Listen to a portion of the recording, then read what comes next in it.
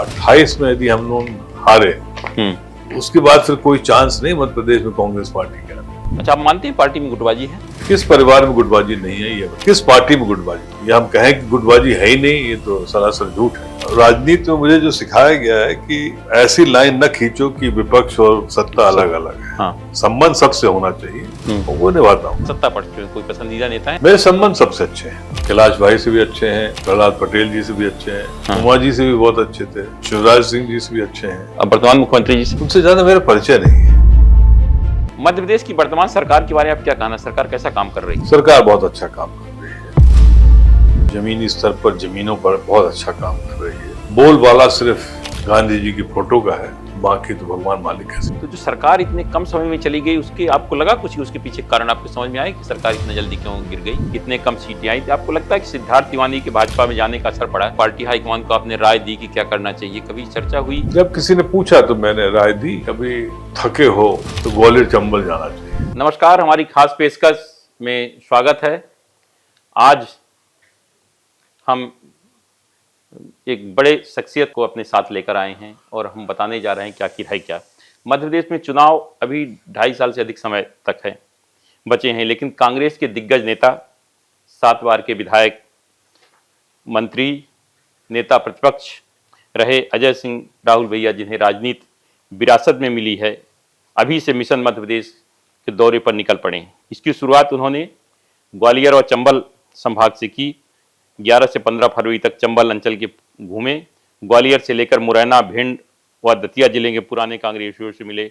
लाहौर में पूर्व नेता प्रतिपक्ष डॉक्टर गोविंद सिंह के निवास पर मीडिया से चर्चा में कहा कि मैं प्रदेश के हर उस विधानसभा में जाऊंगा जहां हमारे कार्यकर्ता शांत बैठे हैं या जागरूक नहीं है, उन्हें जाकर जगाऊंगा और शांत बैठे पार्टी के वरिष्ठ नेताओं से रणनीति सीखने और समझने का प्रयास करूंगा। राहुल भैया ने बुंदेलखंड की ओर रुख किया और 16 मार्च को राम राजा सरकार के दर्शन के बाद कई स्थानों पर गए।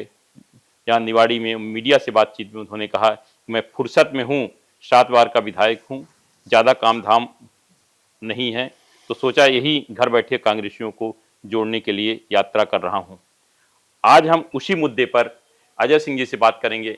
वो बात हम इसलिए भी महत्वपूर्ण कर रहे हैं कि 2018 में जब कांग्रेस की सरकार 15 महीने के लिए बनी थी, उस समय जो पदयात्रा निकाली थी तत्कालीन नेता प्रतिपक्ष और वर्तमान चुरहट विधायक अजय सिंह और तत्कालीन प्रदेश कांग्रेस अध्यक्ष अरुण यादव जी, दोनों की कड़ी मेहनत के बाद 2018 में सरकार बनी थी। यह बात अलग है कि सरकार मात्र 15 महीने चली। आज हम जो इनकी यात्रा है, जो मिशन मध्य प्रदेश अजय सिंह ने शुरू किया, उसी पर आज चर्चा करते हैं। भैया, आपका पब्लिक वाणी में बहुत बहुत स्वागत है। धन्यवाद सर। आखिर आपको यात्रा करने की जरूरत क्यों पड़ी? नहीं, यात्रा मैंने सोचा कि कोई ज्यादा हलचल नहीं है प्रदेश में, और मैं वैसे जैसे कह चुका हूं फुर्सत में था, एक्टिव रहने वाला व्यक्ति हूं, और इसलिए सब जगह जाने की मन बनाया, शुरुआत कर दी। कोई ना पब्लिक मीटिंग कर रहा हूं, ना कोई इस तरह से कोई कार्यक्रम है, सिर्फ पुराने लोग और अन्य लोग और युवा लोगों से भेंट मुलाकात करके कांग्रेस के संगठन को और मजबूत कैसे हो, इस पर चर्चा है। क्या आपके इसके लिए पार्टी हाईकमान से अनुमति लिया? पार्टी हाईकमान से पूछा इस बारे में कुछ? प्रदेश में कांग्रेस परिवार के लोगों के बीच में जाने के लिए कोई परमिशन की आवश्यकता नहीं है, और यदि मैं कोई पब्लिक मीटिंग करूं या कोई इस तरह से कार्यक्रम करूं, तो उसमें जिला कांग्रेस या प्रदेश कांग्रेस को सूचना छोड़ना चाहिए।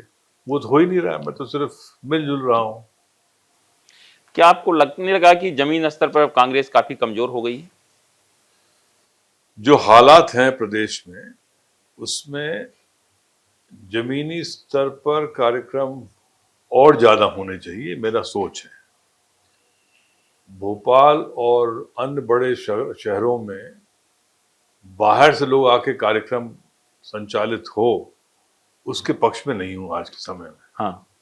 छोटे कार्यक्रम हो, जिले स्तर पर हो, ब्लॉक स्तर पर हो, और वहां पर पार्टी को मजबूत किया जाए, उसका असर ज्यादा अच्छा रहेगा। आपने शुरुआत ग्वालियर चंबल से क्यों की, जबकि आप बिंद प्रदेश में हैं, बिंद प्रदेश के आप सबसे बड़े नेता माने जाते हैं और वहां भी कांग्रेस की स्थिति कोई बहुत अच्छी नहीं, 30 में से 6 विधायक हैं, तो आखिर इसकी शुरुआत आपने बिंद प्रदेश से क्यों नहीं की?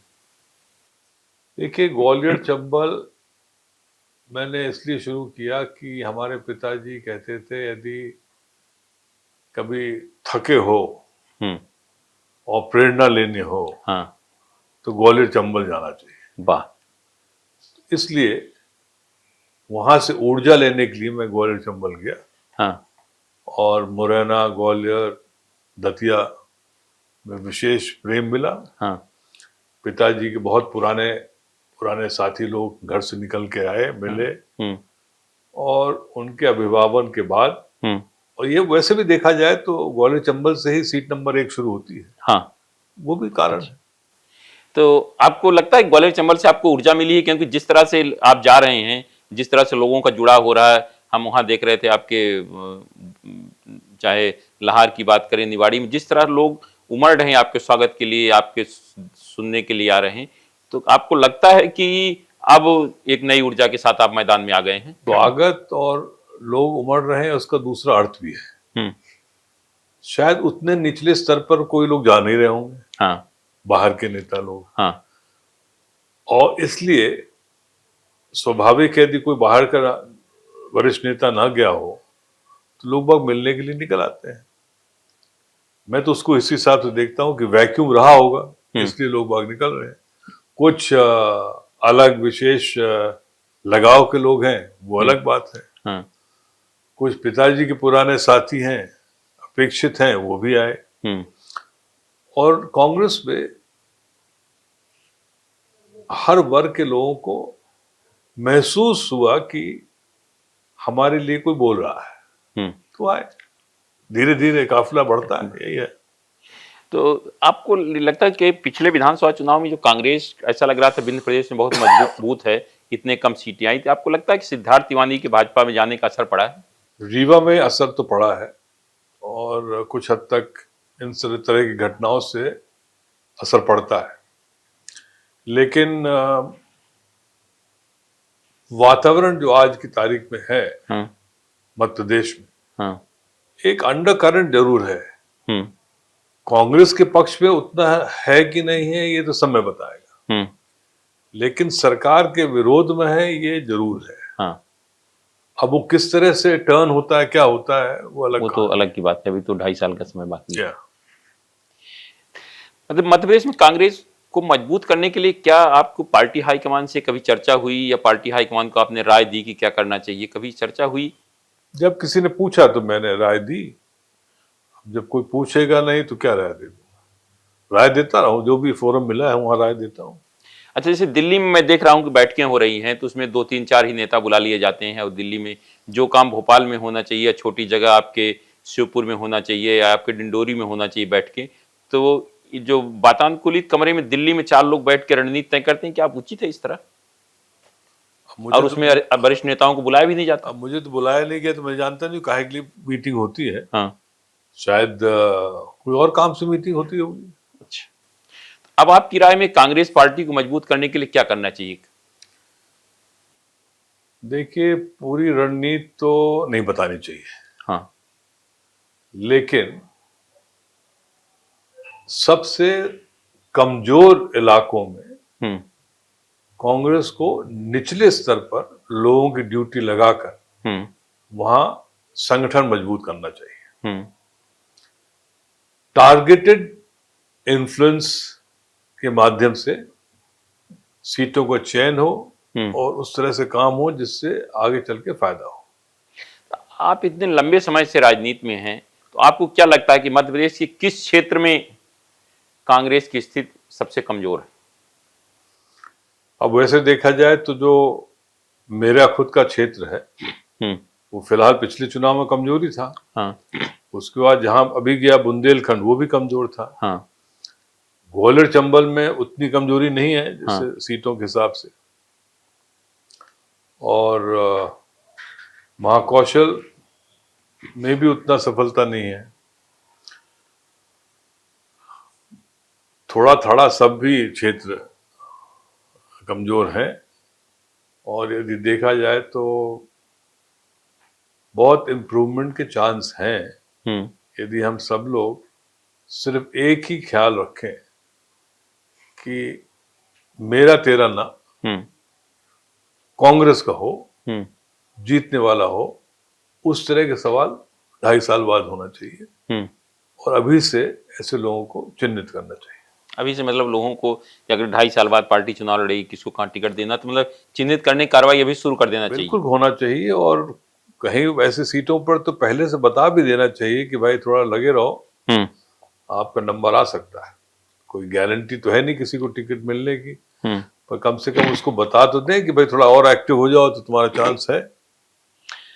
2018 में जब मध्य प्रदेश में सरकार बनी थी, तो आपने और अरुण यादव जी ने पूरे प्रदेश को नाप लिया था, मतलब दौरा किया था, एक एक गए थे। तो क्या ये यात्रा उसी के एक कड़ी अपन माने कि सरकार बनाने के लिए गांव गांव जाना पहुंचना जरूरी है? जी हाँ, मैंने जो अनुभव किया है कि यात्रा से कनेक्ट लोगों से ज्यादा अच्छा होता है, और मंच की कार्यक्रम में जनता दूर रहती, आप ऊपर रहते हैं। हाँ। लेकिन जब जमीनी स्तर पर आप दौड़ा करते हैं तो छोटे गांव में कोई रुक गया, हाथ दिखा दिया, रोक दी गाड़ी, तो जो उससे कनेक्शन होता है वो ज्यादा फायदेमंद होता है मेरे हिसाब से। हाँ। ये अनुभव किया पिछले दफे भी, हाँ। और आपकी भी कर रहा हूँ। 2018 में जो सरकार बनी थी, तो दुर्भाग्य से कहिए आप जीत नहीं पाए थे। तो जो सरकार इतने कम समय में चली गई, उसके आपको लगा कुछ, उसके पीछे कारण आपको समझ में आए कि सरकार इतना जल्दी क्यों गिर गई? अब बहुत सारी चीजें हैं, पुरानी बातों का विश्लेषण करना कोई आवश्यक नहीं है। लेकिन कुछ ना कुछ कमी हर व्यक्ति में रही होगी, और ठीक से सबको संभाल के न रखा होगा, ये भी हो सकता है। मैं तो बाहर था तो मुझे मालूम ही नहीं। मध्य प्रदेश की वर्तमान सरकार के बारे में आप क्या कहना, सरकार कैसा काम कर रही है? सरकार बहुत अच्छा काम कर रही है, जमीनी स्तर पर जमीनों पर बहुत अच्छा काम कर रही है, और आबकारी नीति बहुत अच्छी है, सब जगह के दुकानों में हस्तक्षेप अच्छा हो रहा है, और बोलबाला सिर्फ गांधी जी की फोटो का है। हाँ। बाकी तो भगवान मालिक कैसे चल रही है। अच्छा, सत्ता पक्ष में कोई पसंदीदा नेता है आपके वर्तमान भाजपा में या पुराने सीनियर लीडर में कोई? मेरे संबंध सबसे अच्छे हैं। हाँ। कैलाश भाई से भी अच्छे हैं, प्रहलाद पटेल जी से भी अच्छे हैं, उमा जी से भी बहुत अच्छे थे, शिवराज सिंह जी से भी अच्छे हैं। अब वर्तमान मुख्यमंत्री जी से? उनसे ज्यादा मेरा परिचय नहीं है। अच्छा। मेरे ख्याल से वो जब विधायक बने, मंत्री थे ना, उस टाइम मैं नहीं था शायद। हाँ। और कोई मेरे उनसे ज्यादा व्यक्तिगत संबंध, मुलाकात उतनी नहीं हुई कि मैं बता सकूं। हाँ। पर अपने भूपेंद्र सिंह से अच्छे हैं, अपने भार्गव जी से बहुत अच्छे हैं, सभी लोगों से हमारे अच्छे हैं। हाँ। क्योंकि राजनीति में मुझे जो सिखाया गया है कि ऐसी लाइन न खींचो कि विपक्ष और सत्ता अलग अलग है। हाँ। संबंध सबसे होना चाहिए, और वो निभाता हूँ। आपको क्या लगता है कि पार्टी में ने आपकी क्षमता का उपयोग नहीं किया, और एक क्योंकि आप ऐसे परिवार से हैं, आपको राजनीतिक विरासत में मिली, और बहुत दिग्गज नेता स्वर्गीय अर्जुन सिंह जी का आपको छत्र में आगे बढ़े और काम किया, तो क्या लगता है आपको पार्टी ने जितने क्षमता का आपने उपयोग नहीं किया? नहीं, हमें उपयोग किया, ऐसा भी नहीं कि उपयोग नहीं किया। अभी फिलहाल जो परिस्थिति है उसमें भी मैं अपने आप को एक्टिव ही किया हूँ, और क्या है। अच्छा, आप मानते हैं पार्टी में गुटबाजी है? किस परिवार में गुटबाजी नहीं है ये बता दो, किस पार्टी में गुटबाजी नहीं है? भारतीय जनता पार्टी की सरकार में गुटबाजी है। कुछ मंत्री दूसरे से बात नहीं करते, कुछ मंत्री मुख्यमंत्री से बात नहीं करते, तो स्वाभाविक है जहां परिवार होता है वहां थोड़ा थोड़ा तो खींचतान होती है। कांग्रेस में भी गुटबाजी है, ये हम कहें कि गुटबाजी है ही नहीं, ये तो सरासर झूठ है। नहीं, लेकिन जैसे भाजपा की बात करें, जब वहाँ संगठन होता है गुटबाजी भले हो, लेकिन जब चुनाव होता है सब एक हो जाते हैं। लेकिन कांग्रेस पार्टी में क्या, जब चुनाव में टिकट नहीं मिले, गुटबाजी होती है, तो हराने में अधिक लग जाते हैं कि ये ना जीत नहीं पाए, भाजपा भले जीत जाए। इसको कैसे दूर करेंगे? मेरे का एक मुख्य उद्देश्य इसी बात को लेकर है। हाँ। मैं जहां जहां जा रहा हूं सबसे यही कहता हूं कि भाई टिकट जिसको मिले हम्म, हम लोग संकल्प लें कि उसके साथ रहें। हम्म, नहीं तो 2028 में यदि हम लोग हारे हम्म, तो उसके बाद फिर कोई चांस नहीं मध्य प्रदेश में कांग्रेस पार्टी के आने को। हाँ, ये हम लोग समझ नहीं थे। 25 साल हो जाएंगे, हाँ, हाँ, 1.25 साल छोड़ दीजिए, हाँ, हाँ, 25 हाँ, साल हो सही बात। जाएंगे। 2003 में मैं मंत्री था। हाँ, हमारे क्षेत्र का 30 हाँ, साल का व्यक्ति लड़का, वो उसको उसी को नहीं मालूम कि राहुल भैया भी कभी मंत्री थे। हाँ, हाँ, नहीं मालूम। वो 5 साल का रहा होगा। हाँ, तो एक पूरी पीढ़ी हम्म, ऐसी है जो कांग्रेस की सरकार ही नहीं देखी है। हम्म। इसलिए सबको एक होना पड़ेगा। इसको लेकर आपने सेंटर में केंद्रीय नेताओं से, कभी राहुल गांधी जी से या खड़गे जी या सोनिया जी से कहीं बात की है मध्य प्रदेश के प्रभारी से कि अपन को और वो करने के लिए आपने समय मांगा या कभी ऐसे? देखिए, इन सब चीजों के लिए समय मांगने की आवश्यकता नहीं। उनको समय देख के हमें बुला ले, कभी कुछ हो। हम्म। मैं तो अपने काम में लगा हूँ। देखिए, मुझे कोई केवल कांग्रेस पार्टी मजबूत करना आपका कांग्रेस लक्ष्य पार्टी है, मजबूत उसी हो, में लगे हुए उसी हैं। में लगा हूँ। अच्छा, एक आखिरी सवाल, असल जिंदगी में अजय सिंह कैसे हैं? राजनीति इतने लंबे समय के सबसे बड़ा सबक आपको क्या मिला और युवाओं को क्या संदेश देना चाहते हैं? राजनीति में यदि आप लंबी राजनीति करना चाहते हैं तो संबंध बनाने सीखो। हम्म, और यदि कुछ समय के लिए राजनीति करना हो तो T20 जैसा क्रिकेट होता है उस तरह रहो। हाँ, तो मैं तो अपने युवा साथियों को सिर्फ एक ही चीज कहूंगा कि संबंध और अपना नाम हम्म, ही काम आता है हाँ, आखिरी में। और भगवान की दया से हमारे संबंध ठीक ठाक है, इसीलिए लोग बाग मिलते हैं। हाँ। तो आपके कहने का मतलब कि राजनीति T20 होना चाहिए, T20 नहीं होना चाहिए, टेस्ट मैच की तरह होना टेस्ट चाहिए। मैच होनी चाहिए, धीरे धीरे अपना बढ़ो। तो ये थे अजय सिंह, पूर्व नेता प्रतिपक्ष, पूर्व मंत्री तथा चुराहट विधायक। इस तरह की खबरों से जुड़े रहने के लिए हमारे चैनल पब्लिक वाणी का सब्सक्राइब करिए। आपके पास भी अगर कोई खबर है तो हमें जरूर बताएं, क्योंकि हमारा नाम है पब्लिक वाणी।